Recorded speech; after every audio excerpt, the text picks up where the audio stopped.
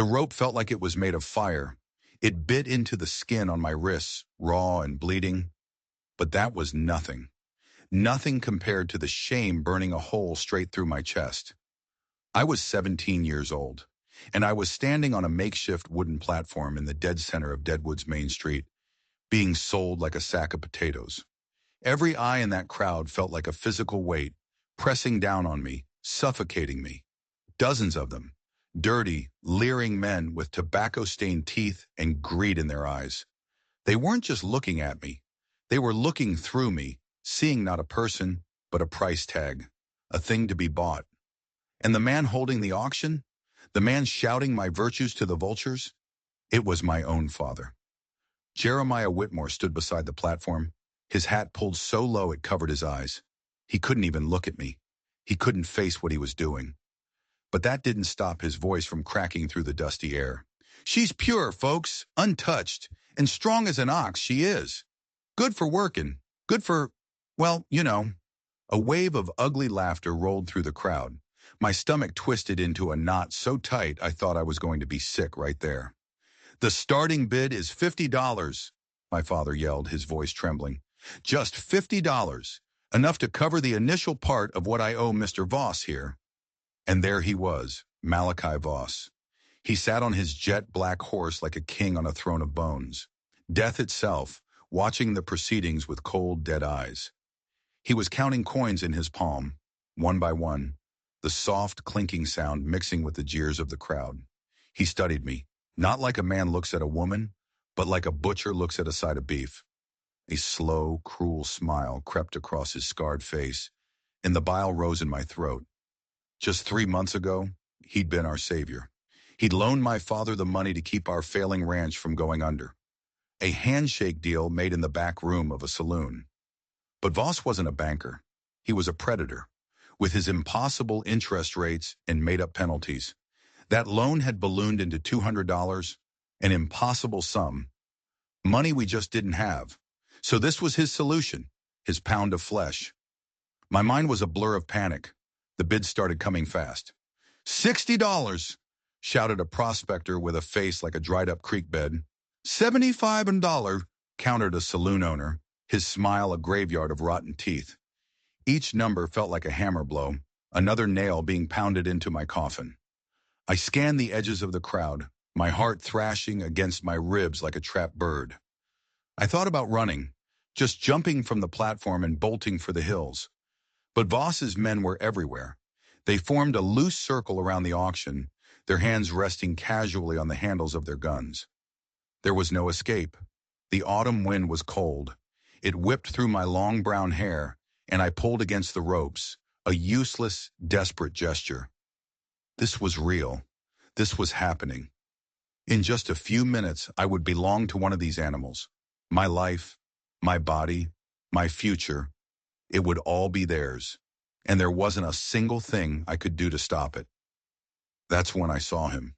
He was standing at the very back of the crowd, almost lost in the shadows of the blacksmith shop. A tall man, lean and hard, wrapped in a weathered black coat that had seen more miles than any man in this town. He wasn't like the others. They were a writhing mess of greed, pushing and shouting, their faces twisted with lust. But this man, he was perfectly still. His arms were crossed over his chest, and he was just watching. Watching everything with the unblinking intensity of a hawk. I'd never seen him before. He wasn't from Deadwood, but the way he stood there, silent and separate from the chaos, sent a strange shiver down my spine. It wasn't fear. It was something else. Something I hadn't felt in a very long time. The bidding had stalled at $120. The saloon owner and the prospector were glaring at each other, trying to decide if they were willing to go higher. The air was thick with tension. And then, the stranger moved. He didn't shove. He didn't push. He just started walking forward, and it was the strangest thing I'd ever seen.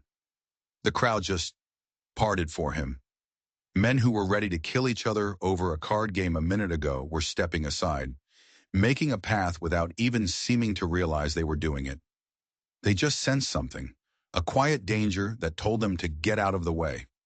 As he got closer, I saw his face for the first time. It was a roadmap of a hard life, weathered by sun and wind, with a jaw that looked like it was carved from granite. But it was his eyes that held me. They were the color of steel on a cloudy day, and they seemed to see right through a person, right down to the bones of their soul. Voss saw him too, and for the first time all day, that cruel, confident smile vanished from the debt collector's face. It was replaced by a flicker of something else, uncertainty, maybe even a little bit of fear.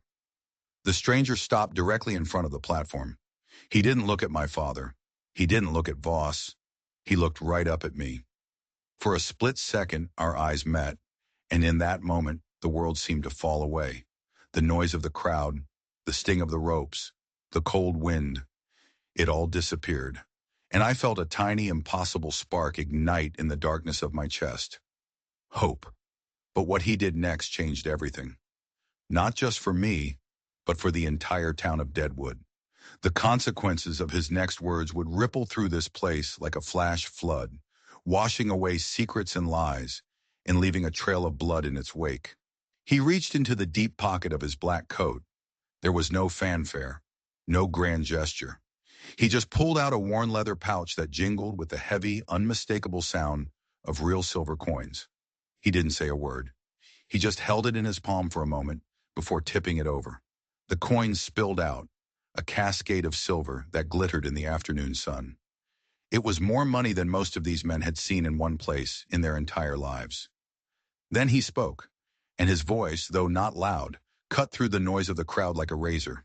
$200. Silence. Absolute deafening silence. Every jaw in the street dropped. Every eye went wide. The prospector's mouth hung open, a piece of chewing tobacco threatening to fall out. The saloon owner looked like he'd been punched in the gut. $200 wasn't just a bid, it was a statement. It was the exact amount of my father's debt to Voss. Not a penny more, not a penny less. It was enough to buy my freedom, but leave nothing for Voss's greedy pockets. Voss's face went from pale to a deep, blotchy red. This wasn't part of the plan. His plan was simple: humiliate my father, buy me himself for a pittance, and then sell me to a high-end brothel down in Denver for a massive profit. This quiet stranger had just destroyed that plan with a single word and a pile of silver. "Now hold on there, friend," Voss sputtered, trying to regain control. "That's a mighty generous offer, but nothing," the stranger interrupted. His voice was still quiet, but it had an edge to it now, sharp and cold. He took a step closer to Voss's horse, making the animal shift nervously. "The bid is 200. Do I hear higher?" He scanned the crowd, his steel-gray eyes daring anyone to challenge him. The men shuffled their feet and looked away. Nobody had that kind of money, and even if they did, there was something about this man, a deadly stillness that suggested challenging him would be the last mistake you ever made. It wasn't just confidence. It was the calm assurance of a man who knew exactly how to handle violence, because he'd lived his whole life surrounded by it. My heart was a drum against my ribs. Who was he? Why would any man spend a fortune on a complete stranger? The question terrified me almost as much as the auction itself. Maybe he wasn't a savior. Maybe he was just a richer, more dangerous monster than all the others. A man powerful enough to simply take whatever he wanted. My father, looking utterly bewildered, looked from the stranger to Voss and back again. Sweat was beading on his forehead despite the chill in the air. "Mr. Voss, sir, the bid is fair. It's the full amount." Voss's eyes narrowed into hateful slits. "The bid covers the debt," he snarled, spitting the words out like poison. "Exactly, the debt. But what about my time, my trouble, the wages for my men who had to ride all the way out here to collect?" His hand drifted down, coming to rest on the polished wooden grip of his pistol. "I think we need to renegotiate the terms of this arrangement." The stranger saw the move, and he smiled. But it wasn't a friendly smile. It was the kind of smile a wolf gives right before it tears out your throat. "Are you planning to draw that gun, Mr. Voss?" he asked, his voice dropping to a low, dangerous murmur. Something in his tone, in the way he stood there, perfectly balanced and ready, sent a ripple of fear through the crowd. Several men took a step back, not wanting to be anywhere near the explosion they all felt was coming. Voss's hand froze. He was a bully, a man who had built his reputation on terrorizing poor farmers and desperate shopkeepers. He wasn't a gunfighter, and every single instinct he possessed was screaming at him that this quiet stranger in the black coat was exactly that, a professional, a killer. For a long moment, nobody moved. The tension was so thick you could taste it. Then Voss slowly, deliberately, moved his hand away from his gun. I, I accept the bid, he said, his voice suddenly small and thin. The stranger walked to the platform without another glance at Voss.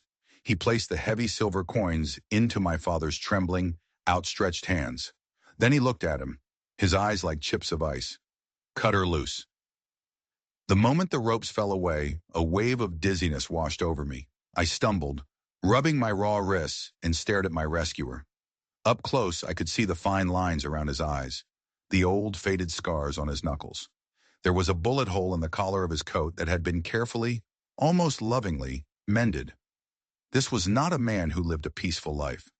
Thank you, I whispered, the words feeling small and inadequate. I wasn't even sure if I meant them. I had just traded one owner for another. He just nodded once, his penetrating gaze holding mine. Then he turned to face the slowly dispersing crowd. His voice rang out, clear and final. This girl is under my protection now, he announced.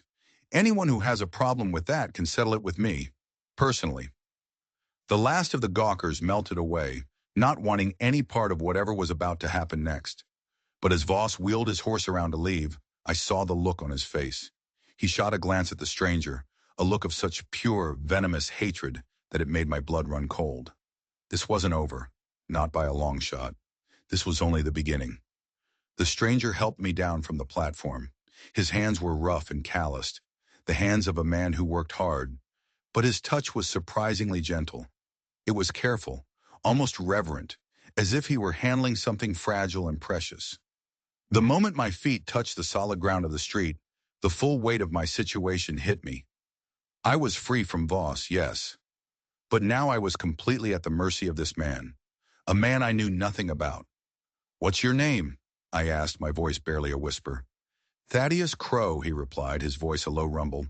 He tipped his hat slightly, but most folks just call me Silent.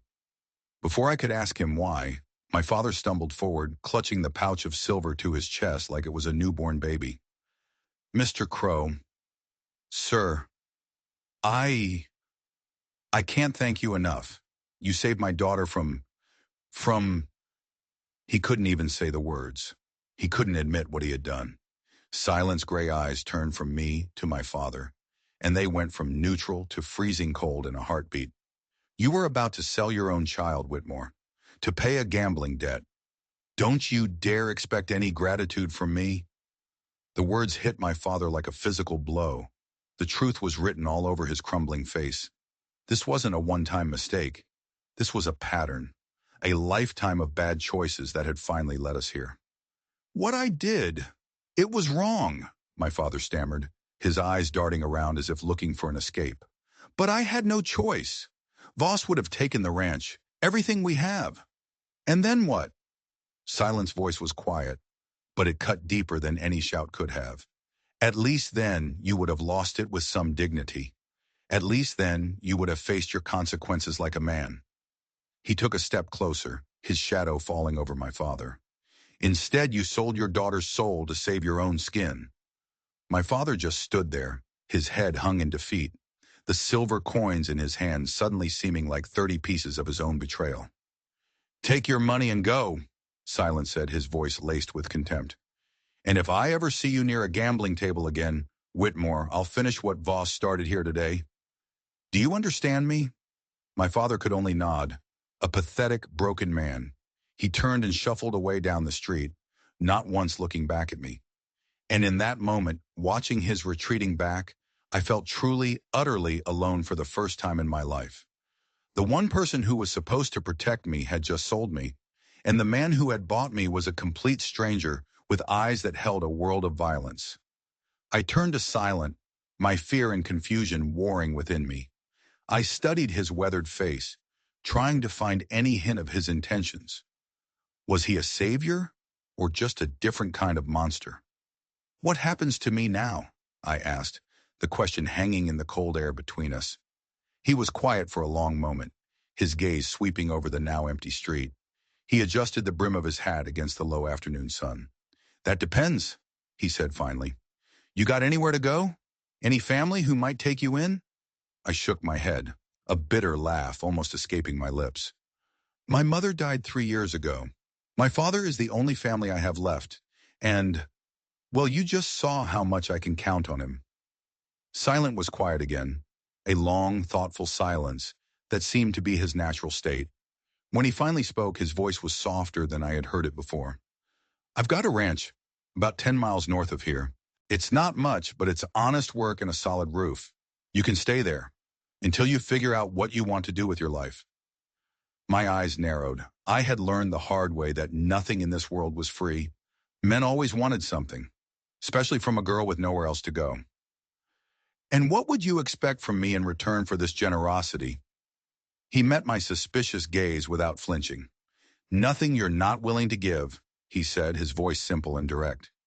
I need help with the cooking, the mending, keeping the place clean. You need a safe place to stay. Seems like a fair trade to me. There was something in his tone, a straightforward honesty, that made me want to believe him. But I couldn't afford to be that naive. Not anymore. Why? Why would you do this for me? You don't even know who I am.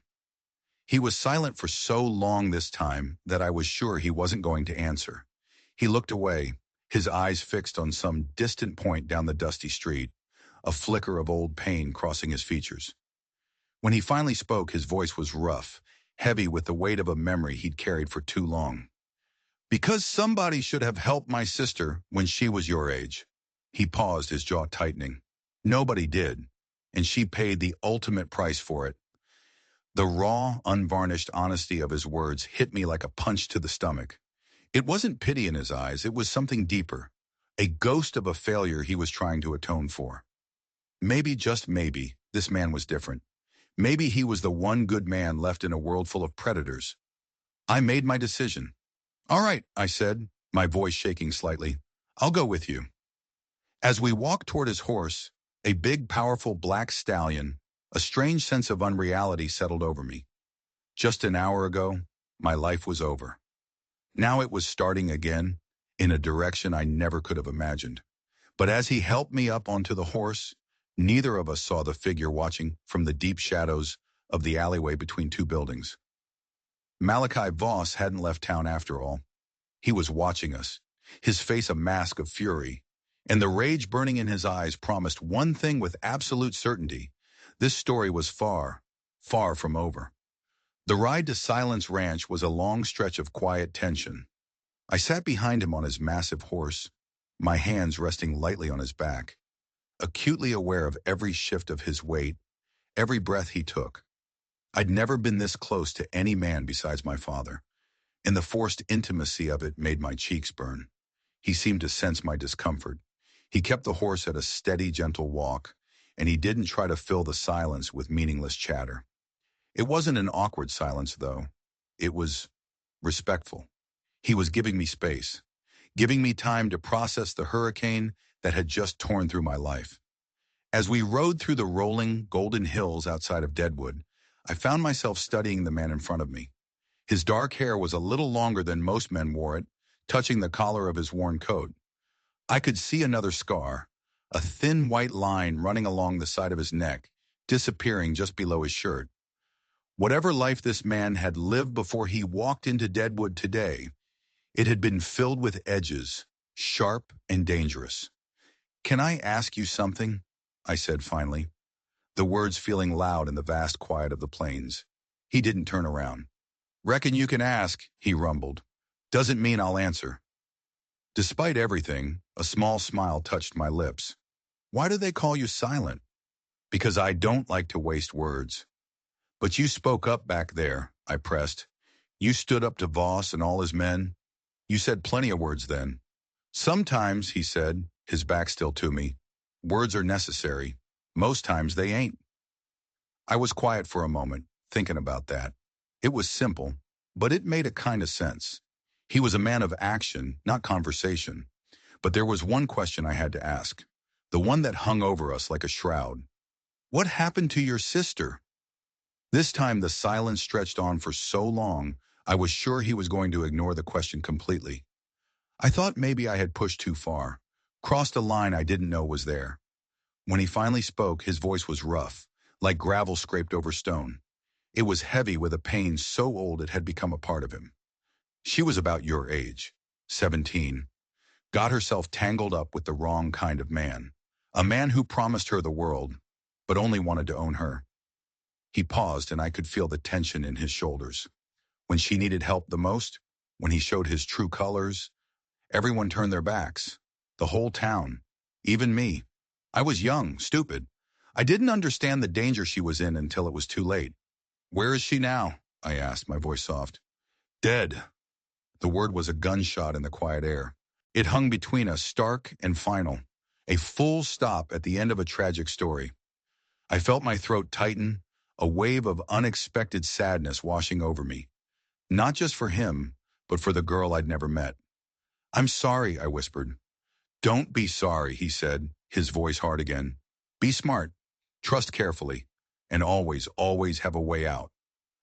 Just as he said that, we crested a small hill, and his ranch came into view below us. It wasn't much to look at. A modest wooden house, a sturdy-looking barn, and a few smaller outbuildings. The fencing that surrounded the property had seen better days, leaning in places like a tired old man. But it looked peaceful. It looked honest. And most importantly, it looked safe. After the terror of the last few hours, safe was all I wanted in the world. We were almost at the front gate, maybe 50 yards away, when Silent suddenly pulled the reins, bringing his horse to an abrupt halt. His entire body went rigid. I could feel the muscles in his back tense like coiled steel. His hand, as if by instinct, moved to the pistol holstered at his side. What is it? I whispered, my heart starting to pound again. His voice was a low growl. The front door is open. I never leave it unlocked. Never. My blood ran cold. My newfound sense of safety evaporated in an instant. Someone had been in his house, and they might still be there. Silent dismounted with a fluid, silent motion that lived up to his name. He helped me down, his hands firm on my waist, and then motioned for me to stay behind the horse, out of sight. The man who had been my quiet, steady guide was gone. In his place was a predator. His movements were careful, economical, and deadly. He drew his pistol, the click of the hammer being pulled back unnaturally loud in the sudden silence. We approached the house slowly, using the leaning fence posts for cover. Every step was deliberate. Every gust of wind sounded like a footstep. As we got closer, I could see that the door wasn't just open. It had been kicked in. The wooden frame was splintered, shattered around the lock, and one of the iron hinges was torn from the wood, hanging at a twisted, unnatural angle. Silent paused at the corner of the house. He held up a hand, a clear signal for me to wait, to stay put. Then like a ghost, he rounded the corner and disappeared from view. The seconds ticked by like hours. My heart hammered against my ribs, a frantic, panicked rhythm. I strained my ears, trying to hear any sound from inside the house. A shout, a gunshot, the sound of a struggle. But there was nothing. Only the lonely whisper of the wind. When Silent finally reappeared at the corner of the house, his face was a grim, unreadable mask. But the look in his eyes told me everything I needed to know. They're gone, he said, his voice flat as he holstered his weapon. But they left a message. What kind of message? I asked, though a part of me already knew. A part of me knew this was far from over. Silent's jaw tightened, a muscle jumping in his cheek. The kind of message that says this is just the beginning. As we walked toward the destroyed front door, a horrifying realization dawned on me. By accepting this man's help, I hadn't found a sanctuary. I had just painted a target on both of our backs. Whatever Voss was planning, it was going to be worse than a public auction. Much, much worse. The inside of the house was a scene of pure malicious chaos. It wasn't just a robbery, it was a violation. Furniture was overturned, its legs pointing to the ceiling in a silent scream. Dishes lay in shattered, glittering piles on the floor. Every drawer had been pulled out, their contents scattered and trampled underfoot. They had searched for something, but they had also taken pleasure in the destruction itself. But that wasn't the message. The real message was on the main wall, directly opposite the broken door, where no one could miss it, written in big sloppy letters, in what looked like bright red paint. She belongs to me. Voss. Silence stood there for a long time, just staring at the words. His jaw was working, but no sounds came out. I could see the muscles in his shoulders and back bunching up under his shirt, like a coiled spring being wound tighter and tighter, ready to snap with explosive force. When he finally spoke, his voice was so calm it was terrifying. He made this personal. What does that mean? I asked, my voice trembling, though I was afraid I already knew the answer. It means he's not just after money anymore, Silence said, his steel gray eyes fixed on the wall. He wants you, and he wants me to know that he will burn down every single thing I care about to get you. The weight of his words hit me like a physical blow. This was my fault. By saving me, Silent had made himself a target for a ruthless, vengeful man. By accepting his help, I had led that danger right to his doorstep, right into the heart of his home. Guilt and fear churned in my stomach. This is my fault, I whispered, the words tasting like ash. I should leave. If I'm not here, maybe he'll leave you alone. He'll hunt you down like a dog, Silent interrupted, his voice sharp, finally turning to look at me. Voss isn't the kind of man who forgives or forgets. Running will just make you an easier target. You'll be alone, with no one to watch your back. I sank down into the only chair in the room that hadn't been completely destroyed, its back legs creaking in protest. The sheer hopelessness of the situation washed over me. We were trapped. So what do we do? I asked, my voice small. What can we possibly do? Silent didn't answer right away. He moved to the stone fireplace, his boots crunching on broken glass. He knelt down and ran his fingers along the hearth. Then he pushed on a specific floorboard. It lifted up, revealing a hidden compartment underneath, a dark, secret space. From it, he pulled out a long, gleaming rifle, 2 heavy boxes of ammunition, and another leather pouch that clinked with the sound of coins. He stood up, the rifle held in his hands with a familiarity that spoke of a long and violent history. He looked at me, his eyes now filled with a cold, hard resolve. We prepare for war. The words hung in the air of the ruined room. War? I repeated, my voice barely a squeak. Against Voss and all his men? There's only 2 of us. Sometimes, he said, checking the rifle's action with a practiced efficiency that was both mesmerizing and terrifying. 2 people willing to die for something are worth more than a dozen men who are just in it for the money. He slid a cartridge into the chamber, the click echoing in the quiet room. He then looked at me, his gaze intense, pinning me in place. The question is, Cordelia, what are you willing to die for? The question stunned me. Just a few hours ago, huddled on that platform, I would have said nothing was worth dying for. I just wanted to survive. But now looking at this quiet, dangerous man who had risked everything to save me, a stranger who was now preparing to fight an entire gang to protect me, something inside me shifted. A spark of defiance I never knew I had caught fire. The desperate desire to stand and fight, instead of just running and hiding, burned through me. I stood up, my legs still shaky, but my voice when it came out was clear and steady. I'm willing to die to keep my dignity, I said quietly, and I'm willing to die for the man who saw me as a person, not just property to be bought and sold. Silent looked at me for a long, searching moment, and for the very first time since I had met him, a hint of something that might have been a smile touched the corner of his mouth. Then we'd better figure out how to live instead, he said. What would you do if you were me? Would you trust this dangerous stranger and prepare for a battle you couldn't possibly win? Or would you try to slip away in the dead of night, hoping to draw the danger away from the only person who had shown you kindness? Tell me in the comments below, because I need to know which side you would have chosen. Because what happened next would test every single ounce of courage we both had. He reached back into the hidden compartment, and pulled out something else. A small, heavy pistol. He held it out to me. Do you know how to use one of these? I took it from him, the cold metal a shock against my skin. My mother taught me, I said, my voice surprising me with its steadiness. She said a woman in this country needs to know how to plow a field, birth a baby, and defend her home. She taught me when I was 12. Good, was all he said, because if my guess is right, we're about to have company. As if his words had conjured them out of the twilight, the sound drifted through the broken doorway. The unmistakable sound of approaching horses, not one or two, multiple riders. And they were moving fast, getting closer with every passing second. Silent moved to the window, his rifle held at the ready. He peered through a small gap in the curtains, his body a study in deadly stillness. 6 of them, he said, his voice grim. They're spreading out, trying to surround the house. My hands trembled as I checked the pistol cylinder. It was loaded, 6 bullets, 6 chances to defend myself against men who saw me as nothing more than an object to be reclaimed. The fear was a living thing inside me, cold and sharp. But underneath it, the fire of defiance still burned. I would not be taken. Not again.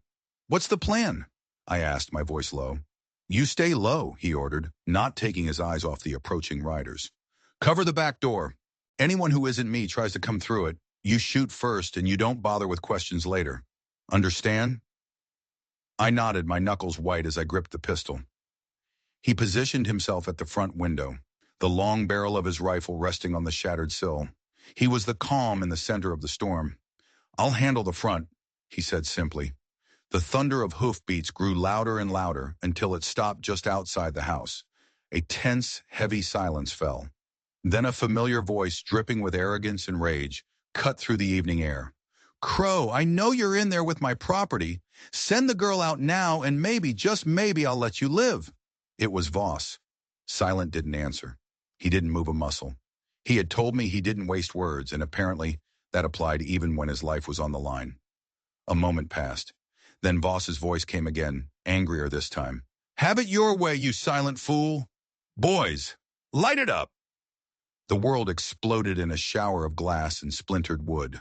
The first gunshot shattered what was left of the window, the bullet whining past Silent's head. Then came a volley of shots, a deafening roar that seemed to go on forever. Bullets ripped through the thin wooden walls of the house, punching holes in the plaster, tearing through furniture like it was made of paper. I pressed myself flat against the floor, my hands over my head, my heart hammering so hard I thought it would burst. The air filled with the smell of gunpowder and shattered wood. Through the chaos, I heard the methodical, rhythmic crack of Silent's rifle. It was different from their wild, panicked shooting.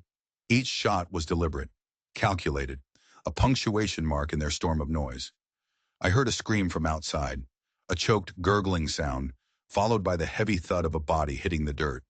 One down, Silent said, his voice as calm and steady as if he were commenting on the weather. But there were still 5 left, and they were using the noise and chaos of the gunfire as cover, moving closer to the house. I could hear their boots crunching on the gravel, hear them shouting to each other, then a heavy thud against the back door. They were trying to break it down. My heart leaped into my throat. This was it. This was my post. I scrambled into position, my back against the wall, the pistol held in both hands, aimed squarely at the trembling wooden door. The door burst open with a crack of splintering wood, and a man lunged through the opening. He was huge, with a wild beard and a scar that ran from his eyebrow to his cheek. His pistol was raised, his eyes wide and crazed. I didn't think. I didn't hesitate. My mother's training took over. My body moved before my mind could catch up. I squeezed the trigger. Once. Twice. The sound was deafening in the small space. The man grunted, a look of shocked surprise on his face. 2 dark red circles blossomed on his chest. He staggered backward, his gun firing harmlessly into the ceiling, before he crashed into the broken doorframe and slid to the floor in a heap. I stared at him, at what I had done. My hands began to shake uncontrollably. The pistol suddenly felt impossibly heavy. I had just killed a man. The reality of it, the finality, hit me like a physical blow. My stomach heaved. Good shot, Silent said from the other room. his voice never wavering, his eyes never leaving the front window. But stay in the fight. We're not done yet. His words snapped me back to the present. He was right. There was no time for shock, no time for remorse. We were still surrounded. Another volley of gunfire erupted from outside, but this time it was different. I heard the tinkle of breaking glass followed by a whoosh of flame. One of the oil lamps on the table exploded in a shower of glass and fire, sending burning oil splashing across the dry wooden floor. "They're trying to burn us out," Silent said, his voice tight as he reloaded his rifle with swift, economical movements. The smell of smoke began to fill the room, sharp and acrid. Orange light danced and flickered across the walls as the fire caught, spreading with terrifying speed. We were running out of time. We were running out of options. The walls themselves were turning against us. That's when we heard Voss's voice again, closer this time, right outside the burning window. "Last chance, Crow. Send out the girl, or you can burn with her." Silent looked at me through the swirling, thickening smoke. His gray eyes were calm, resolved, but they held a question. "Your choice, Cordelia," he said, his voice even. "I won't judge you either way." For a split second, I actually considered it. Walking out that door would save Silent's life. It would save his home from being reduced to ash. But then I thought about what was waiting for me out there. I thought about Voss's cold, dead eyes and the kind of life or death that would follow. I thought about the girl on the platform, helpless and terrified. I would never be that girl again. "I'm not going anywhere," I said, my voice firm, the smoke stinging my eyes. Silent nodded once, a look of profound respect in his expression. "Then we make our stand here." But as the flames licked up the walls and the smoke grew so thick it was hard to breathe, it became terrifyingly clear that making a stand in this house meant dying in it. We were trapped. The fire was closing in, and so were Voss's men. Unless we could think of something desperate, something impossible, this was the end of the line. The smoke was a physical thing, a choking, blinding monster that filled my lungs and made my eyes stream with tears. The heat was unbearable, blistering the paint on the walls and making the air shimmer. We were going to die. We were going to suffocate or burn. "This way!" Silent's voice cut through the roaring flames. He grabbed my arm, his grip like iron, and pulled me toward the back of the house, toward the kitchen where the smoke was slightly less dense. "There's a root cellar?" He coughed, his voice hoarse. "Behind the kitchen. It has a tunnel that leads to the barn. My grandfather built it during the Indian Wars, as an escape route." Hope, fierce and desperate, surged through me. We crawled on our hands and knees, staying below the worst of the smoke, the floorboards hot beneath our palms. Behind us, the main room was a raging inferno. I could hear Voss's men shouting outside, their voices confident, certain that their prey was trapped and dying. The cellar door was hidden beneath a thick rug, which was already smoldering at the edges. Silent tore it aside, revealing a heavy wooden trapdoor with an iron ring. He yanked it open, and a wave of cool, musty air washed over us. It was the most wonderful thing I had ever felt. "You first!" he yelled over the roar of the fire. "Move fast and stay quiet." I didn't hesitate. I scrambled down the rough wooden steps, descending into the cool, damp darkness of the cellar. Silent followed right behind me, pulling the heavy door closed just as a massive, burning beam from the ceiling crashed down right where we had been standing. The sound was like a cannon blast, and the cellar door shuddered above us. We were in absolute darkness.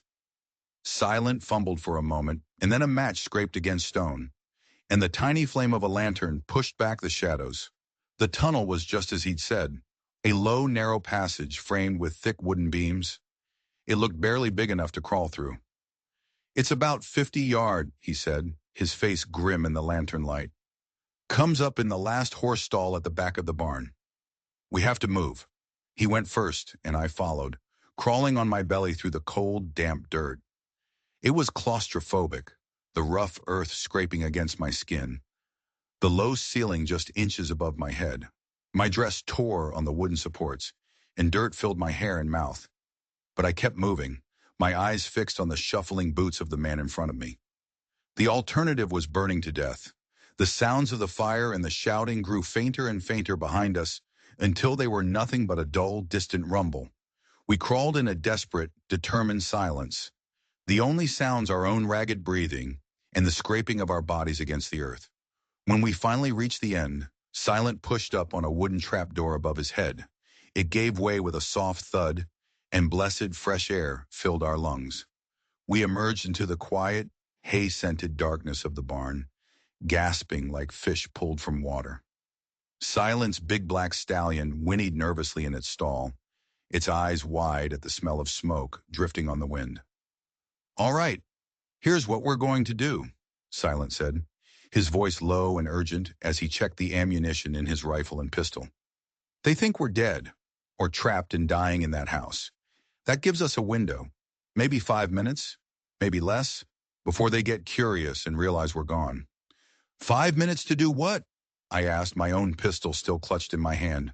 "End this," he said. His voice carried a cold, hard finality that made me shiver. He wasn't talking about escaping. He was talking about hunting. "I'm going to circle around through the trees and come at them from behind.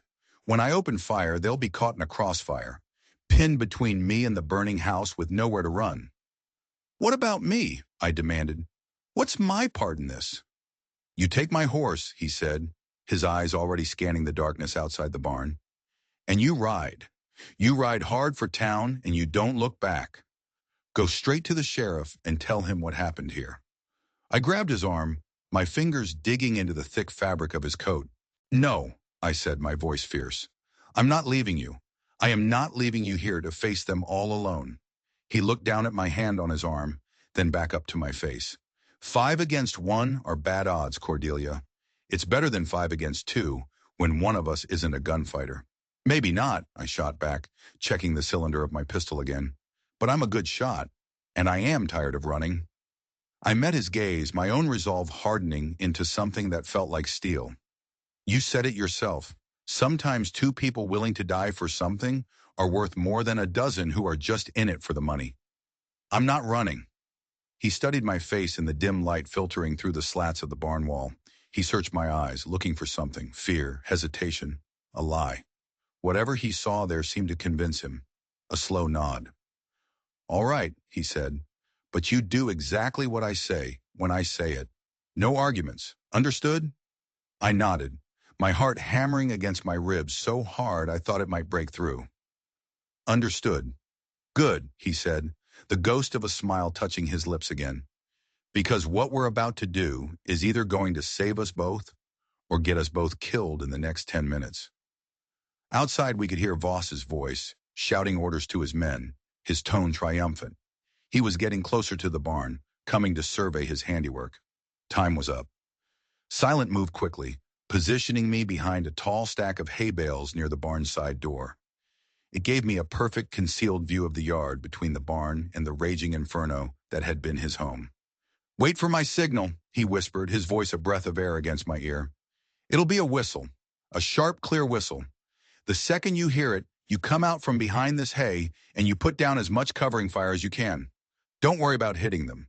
Just make them duck. Make them look at you. While they're looking at you, I'll be moving." And then he was gone. He slipped out through a back door of the barn and melted into the gathering dusk like a phantom. I was alone, alone with my racing heart, the cold weight of the pistol in my hands and the sound of my own ragged breathing. Through the gaps in the barn's wall, I could see them, Voss's 4 remaining men. They were standing around the burning house, silhouetted against the flames, watching it collapse in on itself. They were laughing, laughing and passing a bottle of whiskey between them, so sure they had won. Voss himself stood a little apart from the others, his arms crossed, his face illuminated by the flickering orange glow. Even from this distance, I could see the look of smug satisfaction on his face. He thought he had burned us alive. He was enjoying it. Then it came, sharp, clear, and cutting through the night. A bird call, a whistle, my signal. My fear vanished, replaced by a cold, clear purpose. I stepped out from behind the hay bales, raised the pistol with both hands, just as my mother had taught me, and started firing. At the exact same moment, the night exploded from the other side. Silent opened up from the tree line behind Voss's men, his rifle cracking with deadly precision. They were caught completely, utterly off guard. The whiskey bottle shattered in one man's hand. Another one cried out and clutched his leg, stumbling to the ground. They scattered like startled birds, confusion and panic etched on their faces. "It's a trap!" one of them screamed, his voice high with terror. "They're still alive!" Voss spun around, his face a mask of disbelief and pure rage. And then he saw me, standing there by the barn, pistol in hand. The sight seemed to break something inside him. His face twisted into a snarl of animalistic fury. "That little witch!" he roared. "Kill her! Kill them both!" The remaining two men turned their guns toward me. For a split second, the world seemed to slow down. I saw the muzzle flashes, heard the bullets whine past my head, splintering the wood of the barn behind me. But Silent was already moving. He emerged from the darkness of the trees like an avenging angel, a specter of death. His rifle spoke twice more, the shots so close together they sounded like one. The first man dropped without ever getting off a second round. The second one crumpled to the ground, his gun clattering on the dirt. And then there was one. Only Voss. The debt collector's eyes darted frantically between me and Silent, who now stood 20 yards away, his rifle trained squarely on Voss's chest. He was trapped, caught between the woman he had tried to burn alive and the ghost he had failed to kill. His hand hovered over his own pistol, but he knew. He could see the utter futility of his situation. This wasn't a fight. It was an execution. "You think you've won, Crow?" Voss snarled, his voice a desperate, hateful rasp. "This changes nothing. I have friends, powerful friends in every town from here to Denver.